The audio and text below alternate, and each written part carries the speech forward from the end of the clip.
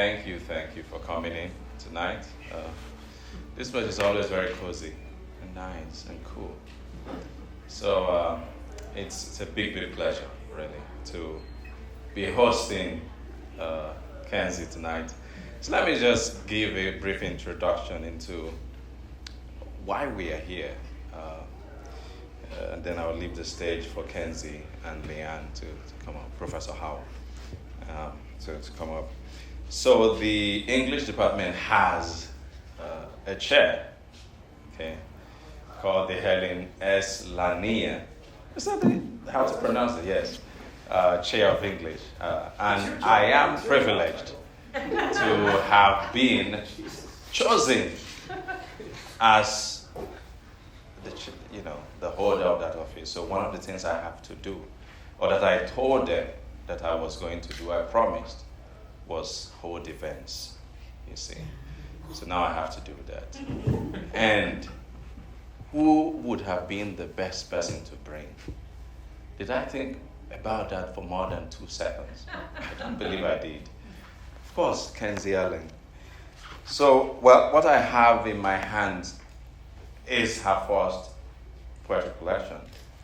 But I have to say that I've been hearing Kenzie read her work for a decade. Since what? 2012. So we were in grad school together and did a couple readings. I don't think we ever took the same class, but Kenzie has gone on to do great things. And see, I'm sure, I'll guarantee this. If you don't buy a copy of this book, you're going to regret it. So everyone will do. So you will see what I'm talking about here. So by way of formal introduction, let me just say that Kenzie is one of my favorite poets, as well as a friend. So I see her work really as the lines, they walk from the liminal into the material. I know that poets, when they review each other's work, they use all this grandiose language. So that would be the extent of grandiosity. I would venture, but there is a knowingness, there's an illumination that happens in my mind when I read her work. It is genuinely great. So she has obviously an MFA from the University of Michigan, PhD from the University of Wisconsin, an assistant professor of English at York University. So she flew in from Canada, and she has been talking about how warm this place is, which is cool, you see, because that place is a tundra right now. Canada is. So she is obviously very interested in indigenous sovereignties, poetics, and everything that is connected to that. So she's from the Oneida Nation of Wisconsin. That's Oneida, that's how to say the name. So, see, Kenzie has won a number of awards, okay? So words will fail me to list them. But amongst them, I was, praying and fasting that she would win the National Book Critic Circle Award, for which she was longlisted for. So that's the most recent one. So she has had a National Poetry Series Prize. She's a recipient of the 92nd NY Discovery Prize, Poetry Prize, and a host of others. She's published very widely. So she will be interviewed by my eminent colleague, Leanne Howe, who is the Edson Distinguished Professor at the University of Georgia, of course, at the English department, the coolest department in the entire, university. See, I don't want to waste my time and energy reading her list of accomplishments, but I will tell you to read the novel, Shell Shaker. Brilliant book. Very haunting. You will not forget it. Let me just say that just because I like to twist my tongue, she's from the Choctaw. Is that how to say it? Yes. Choctaw Nation. Anyway, so I will yield the floor to Kenzie to mesmerize us for the next 15 to 20 minutes, and then they'll have a conversation. Thank you very much.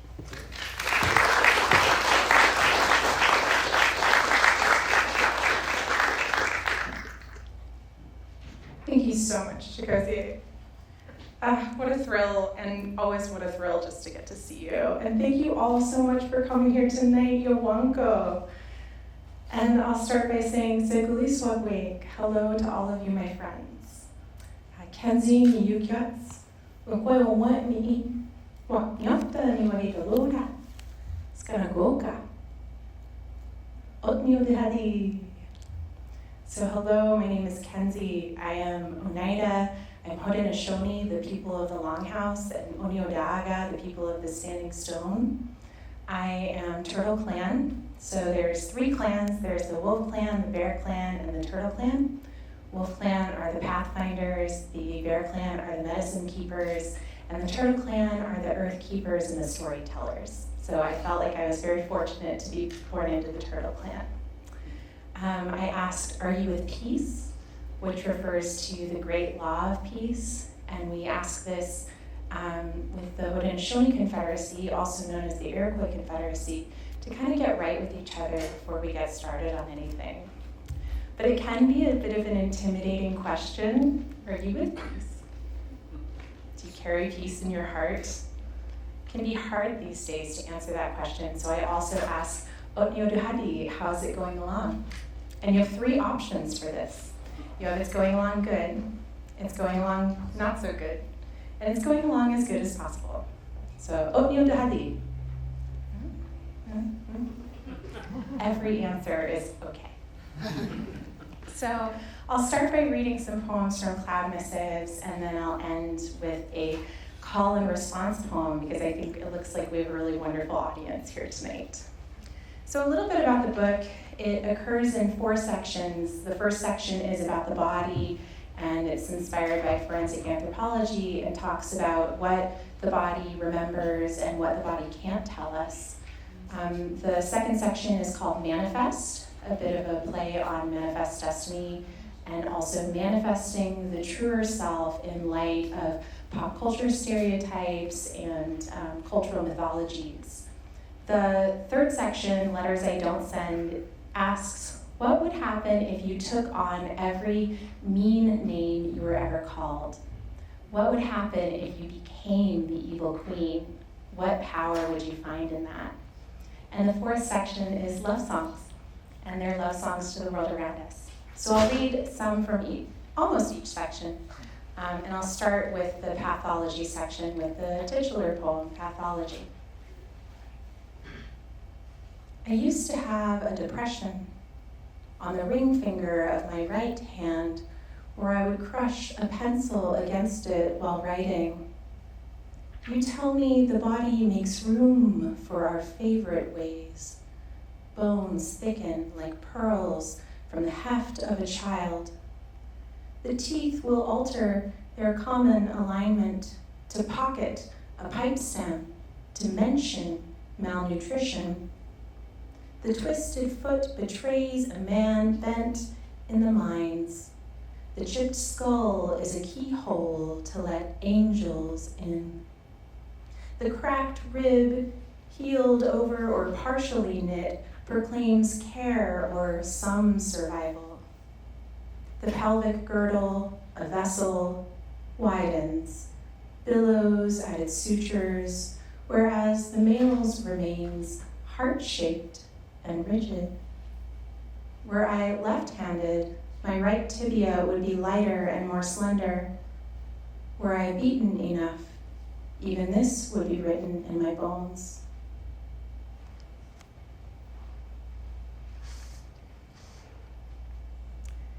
And this is from the manifest section. This is a bit of a bridge between the two because we're still talking about bones, but we're talking about individuals and family members.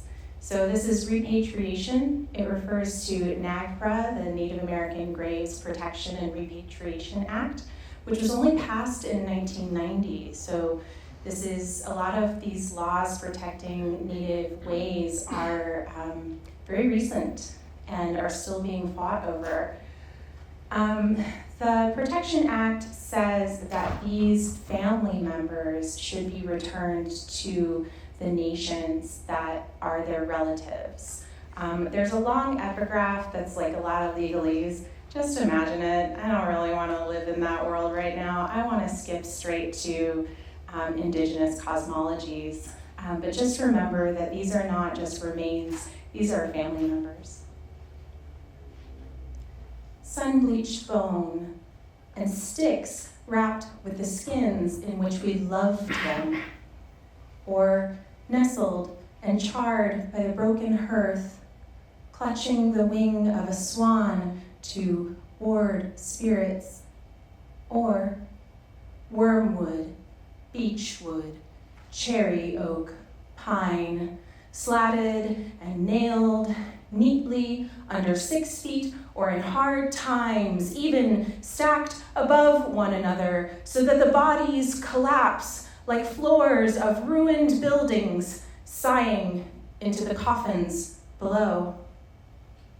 Or piled, piled, piled, piled, piled, piled, nameless, done in, piled, piled, piled, piled, buried over quickly in the night, or in personal collections, in trophy cases, or in pieces, piled, cataloged and inked with the smallest numbers along the cranial spine, packed amid boxes in the basement of the Longhouse Museum until proper funding can be acquired for a proper display. Red taped and returned, gathering dust far from the longhouses you knew.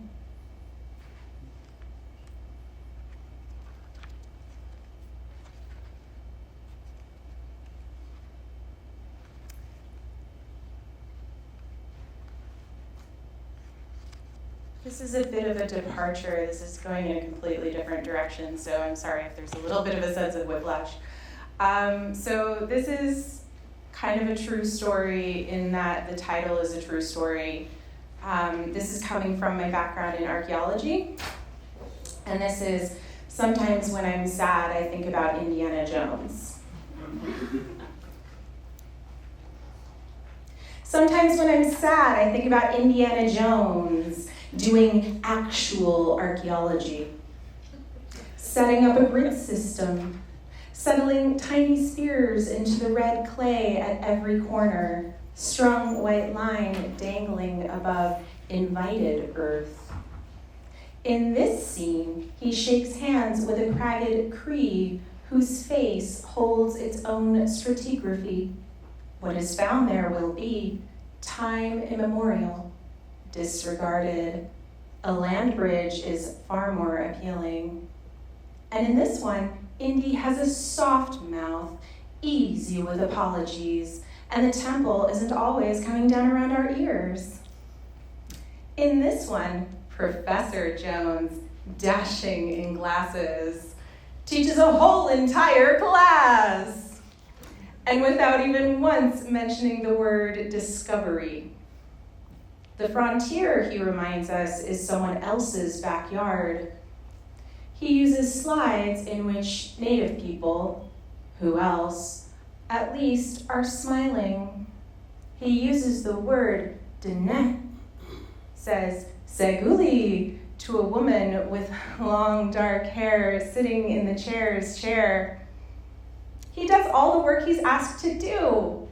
He grades his own papers. He applies for grants and pins each rejection letter to his office door. In this one, he is a young man who does not pick up arrowheads. In this one, he surveys the burial mound, adjusts the transit with gentle hands, maps each contour with wonder before setting shovel to soil. He Munsell charts the colors of the earth like paint swatches, the kind he put up on the wall last week at his wife's, oh fine, my request. In this scene, he does not light the bar on fire. In this scene, he ends the chase early before the fruit cart is overturned. In this scene, he looks out for his Indian guide. There was that one time he returned some glowing rocks generously to their mother tribe, so maybe in this one he stops at the entrance. He does not force his way inside. He carefully notes the condition of the site, leaves the gold statues in their glorious, supposed disuse. But what story would that make? To leave a thing better off alone.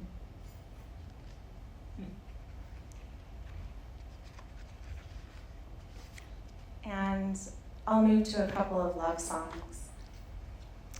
So the idea behind the love songs is that once you have reclaimed the sense of the body, reclaimed the sense of the self and one's histories, and reclaimed your power, you have to give yourself back to the world and cherish and cultivate your relationship with all your relations around you and the more than human world.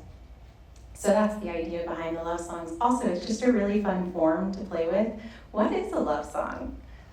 It can kind of be anything. So I'll read a couple of love songs. This is Love Song to the Man Announcing Powwows and Rodeos. And it's always the same guy. It's always the same guy, and he's like, oh, Tiny Tots. Next up on deck is Tiny Tots. Ooh, good job, good job. I'm trying to get my daughter to understand, like, good job. How your voice over salted flanks licks tender. And when you say, young ones are future, hitches left like making room. And when you name the horses, booms low, storms a kick-up moan, chases them down as spotted silverfish in a round pen quarrel, then shoot back out the entrance, spotlit and away in a shuddering. Name me a jingle dress in neon and gold leaf, bespeak moccasins for my turning feet, with my mother's best beading. Paint her having sown those seeds onto leather backing all my life. Welcome the crowd to my birth, and the language to my ears, early. My name, early. Wampum, and the good spirits everywhere and early. Don't send me home without a round of applause, if not a title, if not a good ride and a fast time.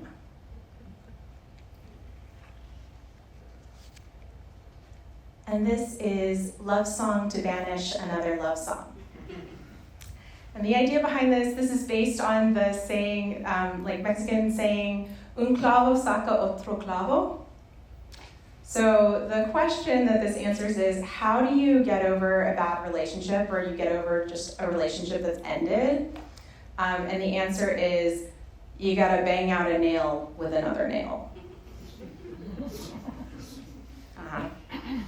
So this starts with that saying, translated. One nail drives out another. My hammer was ready long before my hands.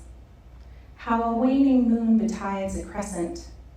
How I knew after the deluge, the quake, the sickbed, the all-body bruise, I needed kindness.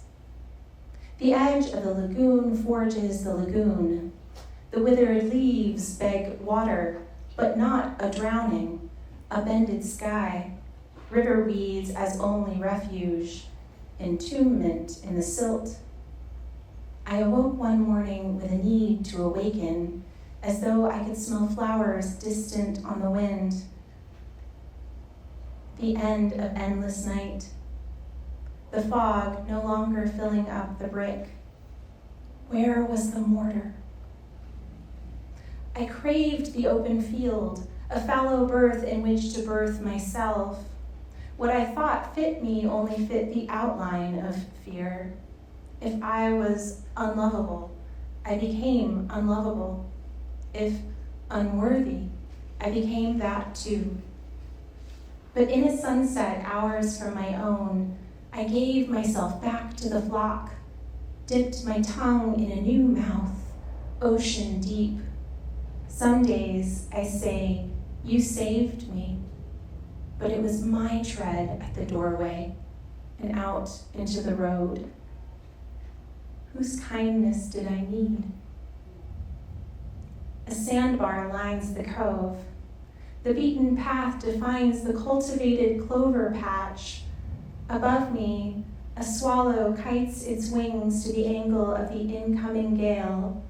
My lodestone, once broken.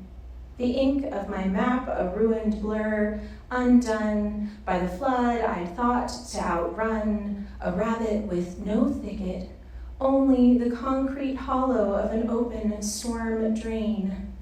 Only then could I hear the nearby stream. Outside, the lavender. The bees greet each thistle gently. The sun, a break in the trees. Birdsong, a clarion, kulning, invitation, an apple fallen right at my feet. So I'll read one more, and since it's 2025, I'll read from my phone. Should I do the thing, Chigozie, that I did before? I think I'm gonna do it.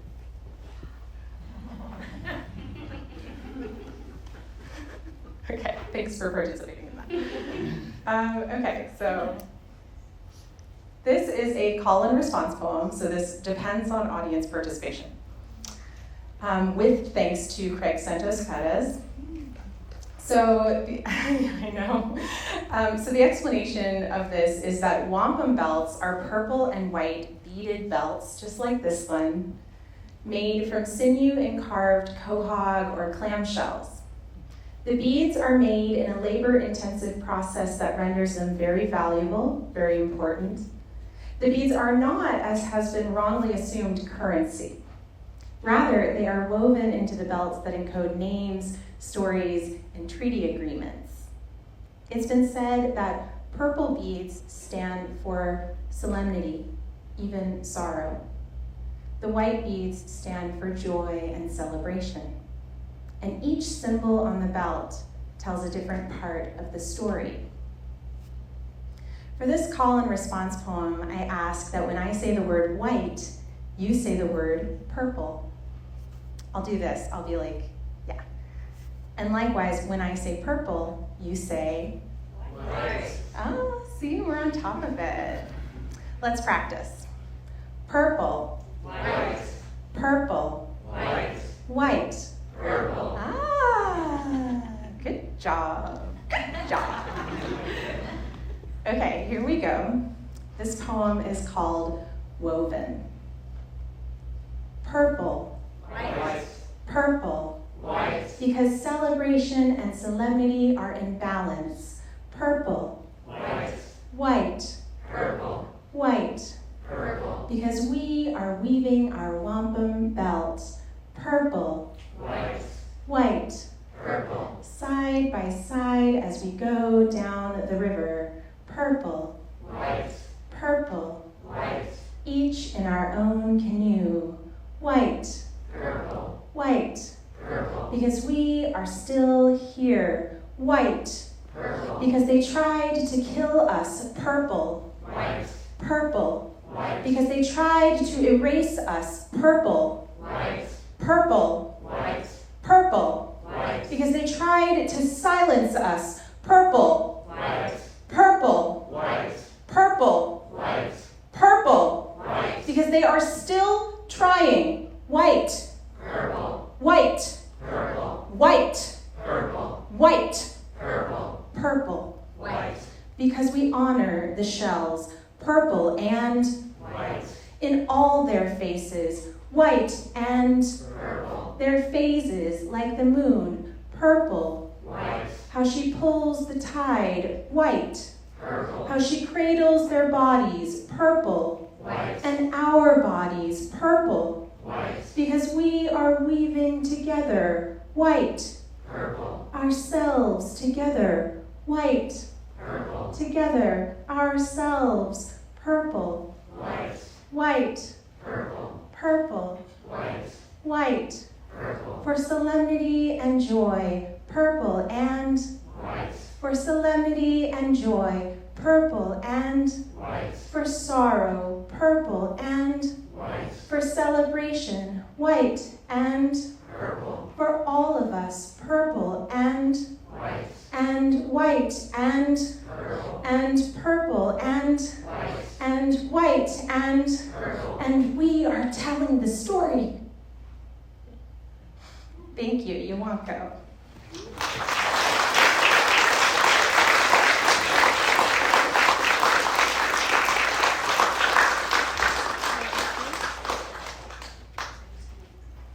I don't know about you, but I think we should give Kenzie another really Athens.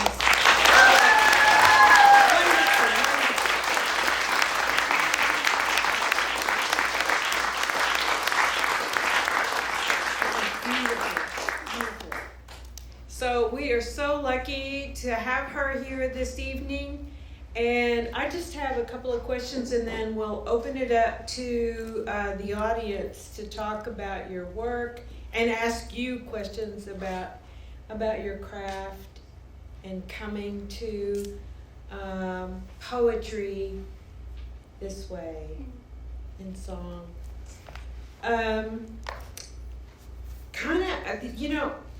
I love this because I think it's a sound book, and it reminds me of sitting out and then letting the sounds from the atmosphere of the community, the forest, in our case caverns, come to us and give us their songs. So as I was reading this, I felt like this was such a good conversation between the environment and you. Just really, really spoke to me. So I'm going to ask you just a couple of questions and open it up. CLOUD Missives, is a triumph, it seems to me, of heart over language, heart over tongues, heart over sound, that Native people still hear and listen to. I wanted to ask if you could talk a little bit about what came first in the writing of these gorgeous, gorgeous poems. Image or sound? That's such a maybe. Sit on? There. Yeah. That's such a great question. And I feel like I should preface this. I almost said this during my introduction, but my Oneida name is Yago'Lanodad, which means she plays music as she goes along. So I love the question about sound for that reason. And my grandmother was an opera singer, and my grandmother taught me to sing, and every night she would say, "Let's make some music." And I would go to the piano with her, and she would play, and I would sing. So music is very dear to me, and sound is very dear to me. I think probably for a lot of these poems, some form of initial line and some form of initial rhythm came first. Other times it was image, like with the love song to banish another love song. That was still the phrase that came first too, because I was talking to someone in a kitchen, which feels like the right place to kind of be fetching in a kitchen. And that phrase came up. So I think a lot of the time it is sound-based and phrase-based, and then image comes out of that somehow. Like for me, somehow the two collapse into one another a little bit or build on each other. Yeah. It really felt that way. Yeah. And so tonal comes to mind. Yeah. And I'm going to mention just another Native poet, Dustin Tomakera, who sits on the side of canyons and waits for the sound to hit him and echo back. And you can hear it in the work. So your work reminds me of that tonal, that echo that we listen for, especially in our home communities. In Which I Became Sky Woman is just a beautiful poem, and if you have it, it's just an embodiment of womanhood, womankind, our bodies. Can you talk a little bit about how you felt as you were writing this poem, the craft of it, or just the sense of power?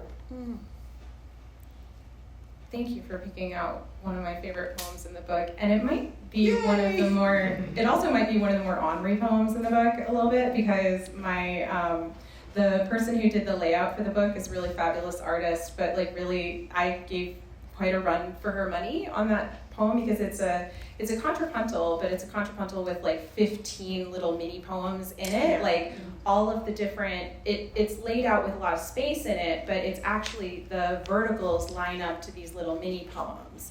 And so if you try to imagine like fitting 15 poems side by side on a page, like I was troubled. Like this book was fine until that poem, and then I feel like I really stretched my goodwill. But that poem is part of a series called the In Which I Become poems, and the title is In Which I Become, and then the figure is in parentheses. So it's really, the poem is In Which I Become, and then each poem is through a kind of persona lens. Two of them are more pop culture figures, stereotypes, both Disney, actually. Yeah. Disney. It feels Disney. Yeah. So Pocahontas and Tiger Lily, but specifically Disney's Pocahontas, not Matoaka. And the other two are from Haudenosaunee cosmologies and Indigenous cosmologies in general, Earth Woman and Earth Mother and Sky Woman.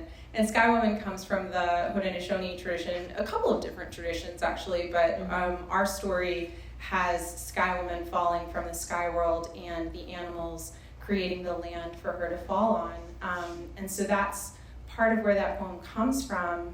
But at some point, the pop culture figures, the stereotypes, became foils to press back against, and the Haudenosaunee figures became guides to help you guide yourself to the more realized, truer self that lives in Haudenosaunee ways. And so that was the idea behind that poem, and the poem became a kind of prayer style, because it's let us do this, let me be remembered for all I gave and all I made.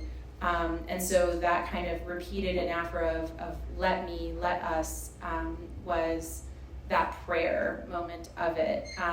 And so, yeah, I think I didn't write the contrapuntal part of it until I had written the poem out, but it's in couplets as well to emphasize the kind of, I think of this as a lake mirror effect, where you have like those lakes that are basically mirrors of the sky. And if the world was all water when Sky Woman fell, there's this story about the loon in Oneida. I've only heard this told once, so I might be incorrect, but the loon has a name that means he looked down, and he looked down and saw the reflection of Sky Woman falling in the water. So I think a lot about reflections in that poem as well, and the couplets are supposed to be the water and the sky world. Yeah, and it makes sense because so much of Native cosmologies are in conversation with land, water, and sky. You know, even in ours, we have all of that can be found and then recited and sung. Yeah. And so part of your work really makes me want to sing you know, because it just has the incantations of song. So yeah, I thought it was really, really successful. Thank you. Yeah, beautiful work. Thank you. I wanted to ask about another poem that's in the text, in which I become Sky Woman, and then a date with the ghost of the British Empire, which I loved, you know, because they're so awful. Yeah, Can you tell a little bit about the second one first, please? A date with the ghost of the British Empire. Damn them. Yeah, like I had this title like roaming around in my notepad for a long time that was like the ghost of the British Empire, and I just like started having this figure that I kind of had mental conversations with occasionally, and then I realized he's such a dude bro. Like he's such a jerk. And so I was like, oh, what would be the way that this would really play out? And of course it would be like the worst date you've ever been on. So that was the idea behind the poem, and it was kind of fun then, because you can lean into like all of the different things that get said about the British Empire. Like the sun hasn't set on him yet, and it's 5 o'clock somewhere. And like he orders Mai Tais at the bar, and it's brought to him on a banana leaf. Like it's all, I mean, the poem like practically wrote itself after a while. But it was also it was an interesting thing, because when I wrote it, there were questions, I think I had questions about whether or not I could get away with this part in the middle that talks about the Revolutionary War.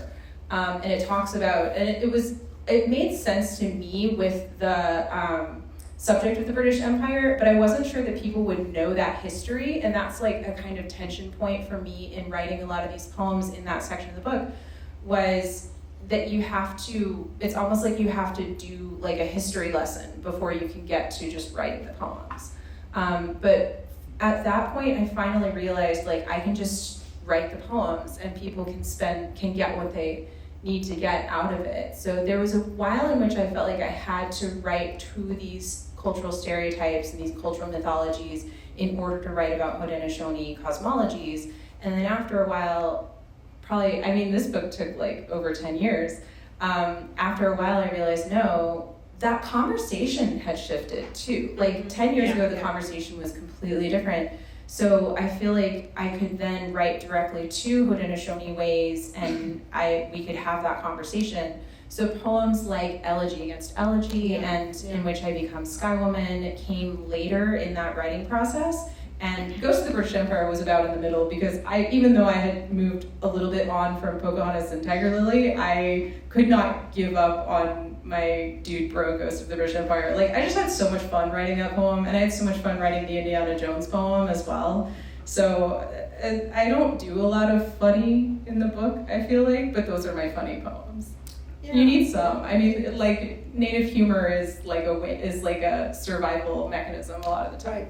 Right. Yeah, survivance. Yeah, it is. And you know, it strikes me that, you know, in 2025, even in the 2020s, that Native people have stopped trying to historicize and educate the audience, because we're just freaking tired of that. So we realize we have the freedom to create now without having to explain the history of Native world. And so I like that, you know, very much about when you've kind of exorcised the British demon. And we don't have to do that anymore. So I thought it was a real smart move. And this is kind of going to be my last question, and we'll turn it over to the audience. What comes first for you? Is it the sound? Is it language? Is it image as you're preparing to create new, just anew? I think now it's shifted. So now it's kind of like all of those things. I kind of realized after a while you can't just wait for inspiration to hit, right? I think back when we were in grad school, that was like all I did was just wait around for inspiration to hit. And I was not writing a whole lot at the time as a result. You have to chase the muse a little bit. You have to cultivate it. So I started thinking about it in terms of a cauldron. And what you add to the cauldron is what you have simmering in there and what you're percolating on. And it doesn't necessarily mean you're writing constantly. I mean, maybe you skip some of the direct that you'd be writing if you're writing constantly. But you do feed your cauldron and you keep percolating and you keep drawing from that sort of magic well as you go along. And you are actively engaging with inspiration sources rather than saying like, this is my one inspiration or this is my one way of doing a poem. Like cultivating process over product, I think is something that really shifted for me in the last 10 years. And something that I talk to my students about a lot is it's really not about just writing a poem and putting out a poem and oh, it's a good poem. Like that's not the goal for me anymore. It's really about engaging with the world around me and the process of creation, whether that is in poetry or different art forms.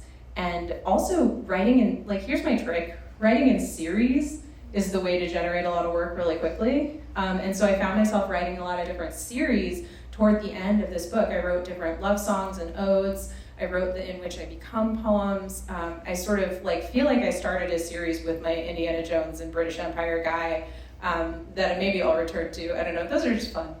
But I feel like that's, like I've developed all these little tricks and ways of getting into poetry, and nowadays I think it's image more now, because I'm finding like, I was just working on a poem earlier today about braiding, and just like the different ways you can spin out possibilities from the act of braiding. And then now, because I spent so much time starting with phrase, now when I start with image, phrase comes quickly. So it's exercising your poetic muscles as well, like really leaning into different techniques as you go along.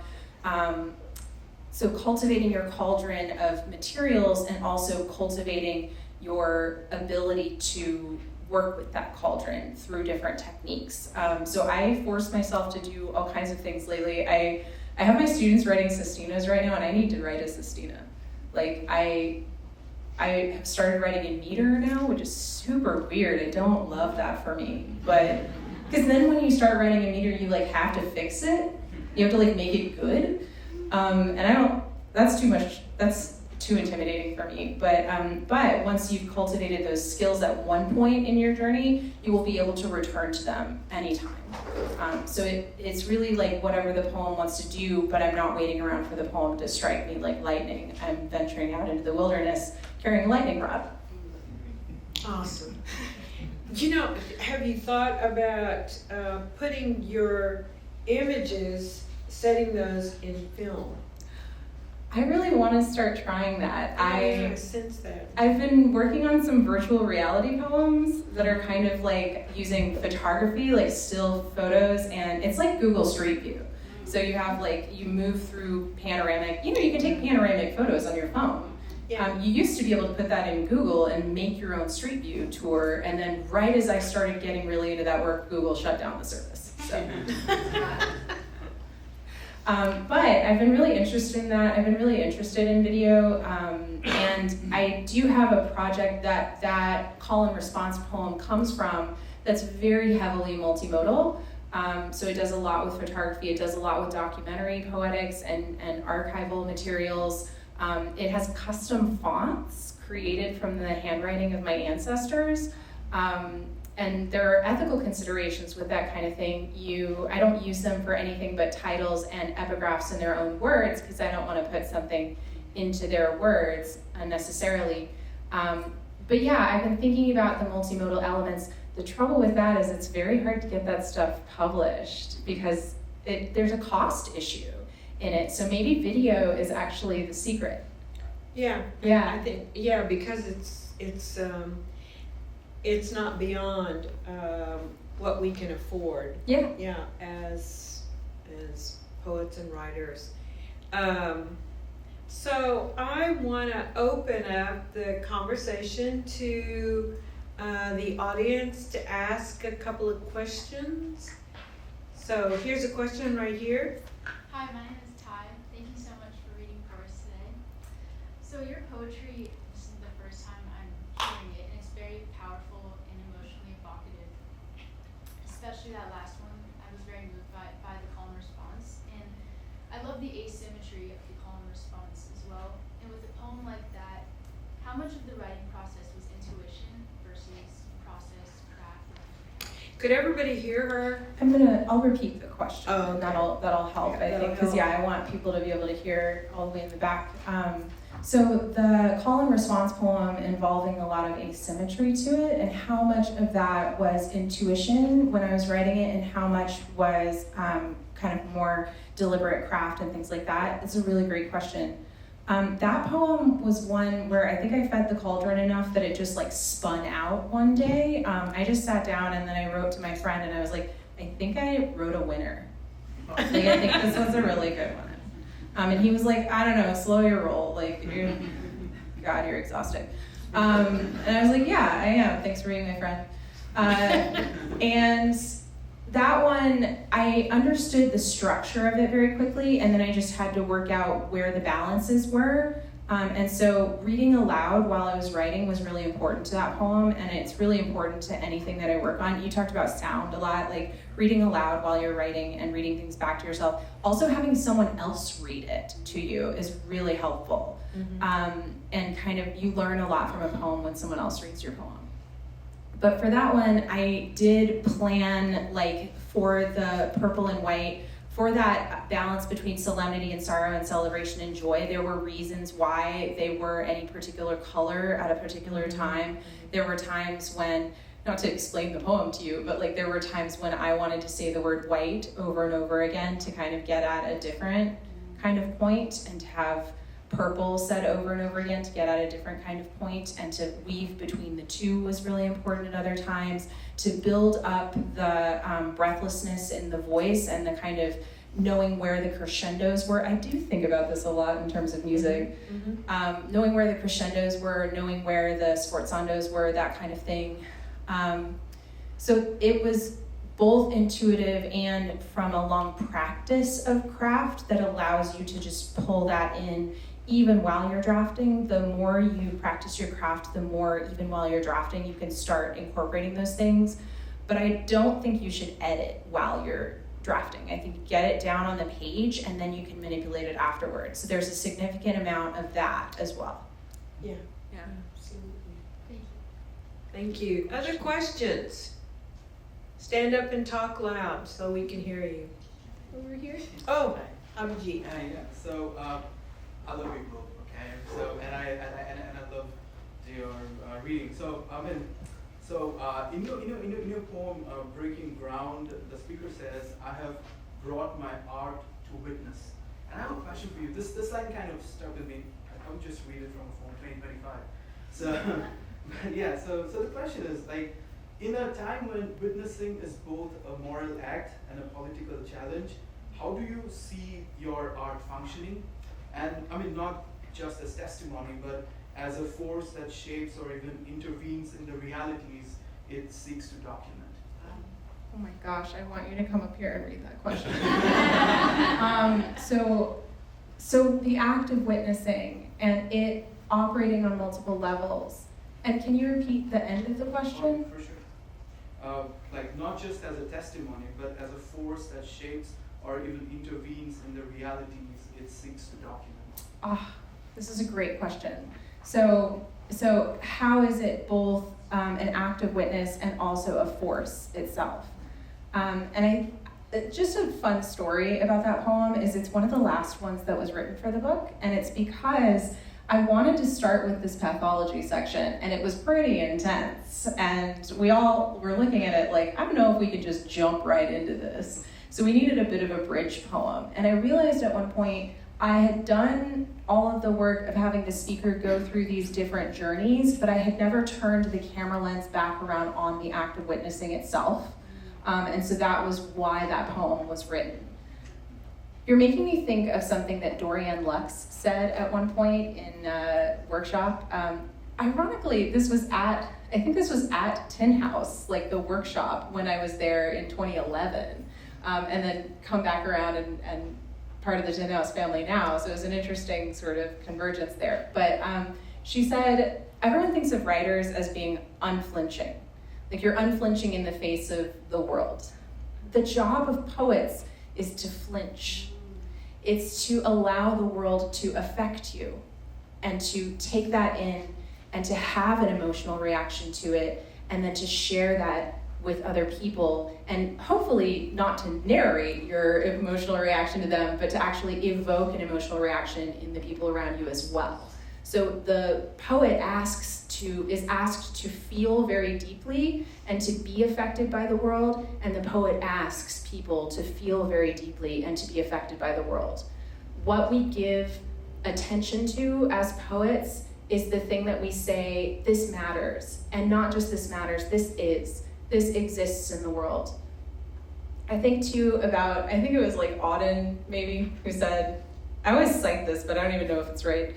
Auden, who said like every poem is an elegy, every poem is a tribute to something that's already passed, a moment that's already passed, and I think about that a lot too, but I also think every poem is a celebration of some kind. And so that's something that I try to lead with. And I think that I asked my students this last week. I asked another Auden quote, right, does poetry make anything happen? And I thought they were gonna be kind of stymied by that question, because I'm very stymied by that question, but no, they dove right in. They said poetry gives you language. They told me poetry, this was so clever. They said there are poetic movements, like there are movements in the history of poetry, the avant-garde movement, etc. So how can poetry not be making something happen if we have whole movements in history? How can poetry not be making something happen if we have the act of witnessing?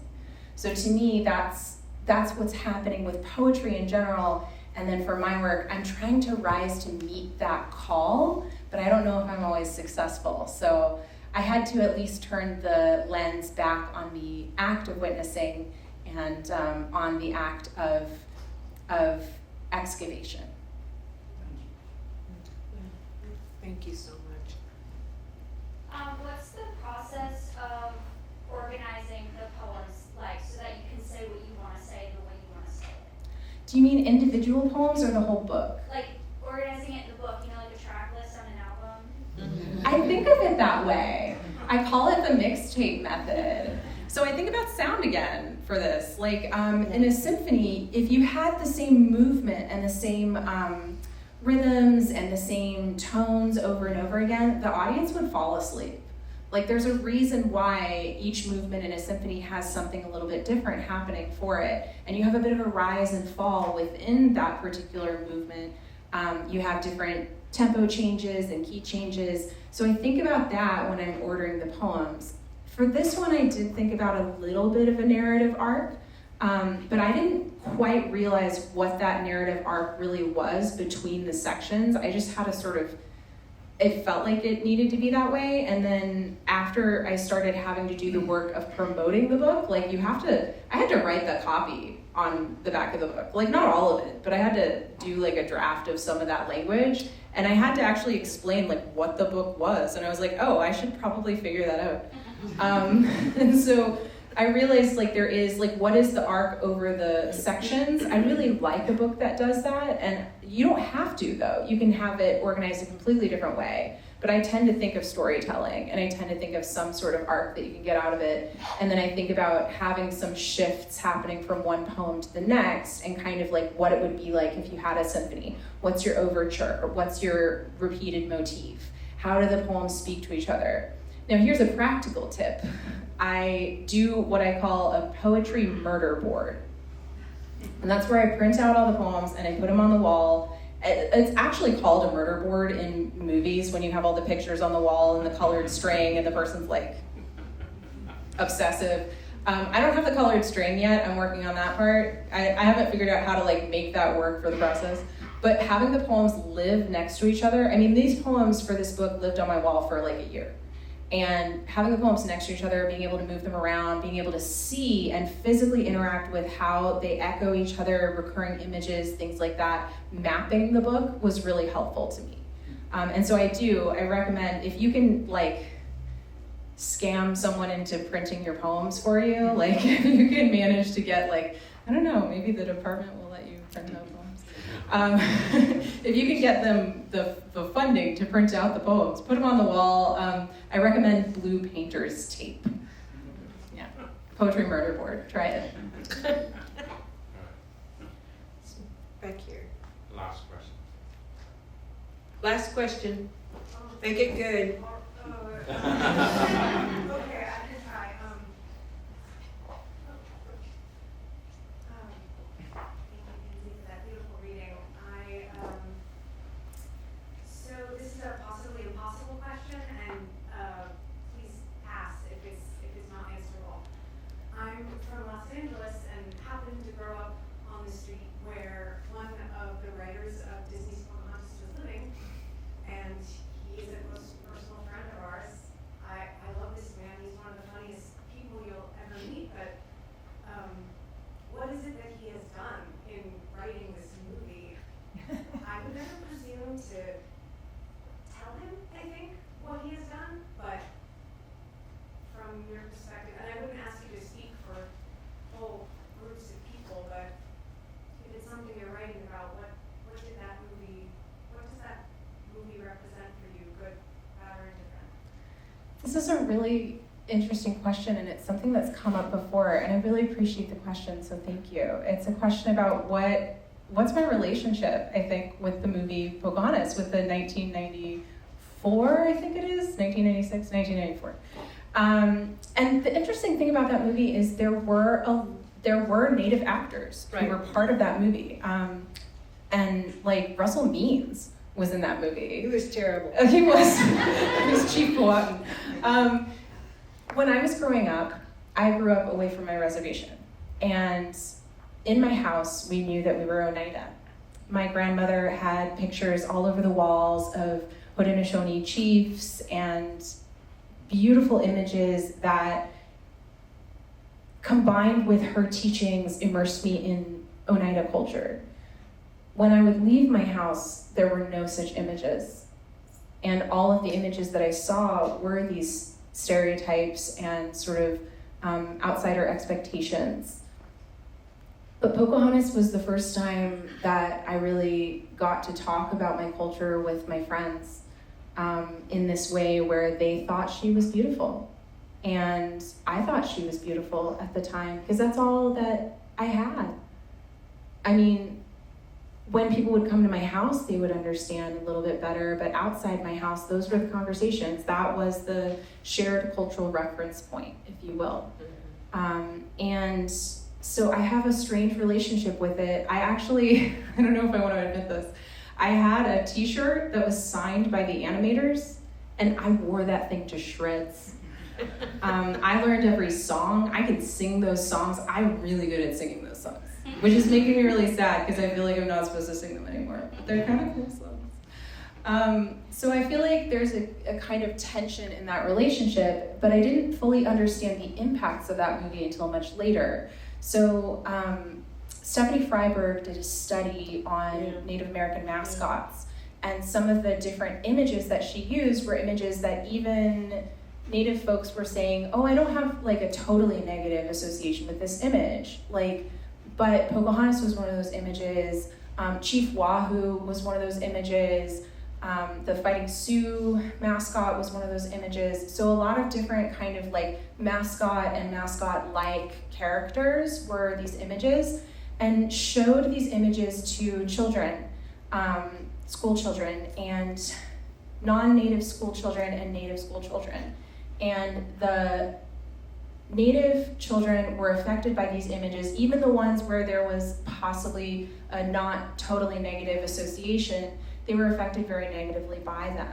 Their sense of community, their sense of self, or their sense of community, their sense of self-worth, and their sense of future selves was diminished by these images. Now here's the kicker: the non-Native students, all three categories went up So whether or not I have a personal relationship that's very complicated with that movie, and I think a lot of people of my generation do have a very complicated relationship with that movie, the impacts of that movie are very important to recognize. I do think that there were attempts made during the making of that movie to do right by the story. There are false equivalencies that are imbued in that story. I write about in the book, I'm like, why do we have to have animal sidekicks to humanize us? Like, at the same time, I'm kind of like, ooh, sometimes I wish a raccoon would braid my hair. So like, I mean, it's funny to me now, but I do have to think about the impacts of all of these things. And I think that the way we tell stories is just as important as the stories that we tell. Okay. Thank you.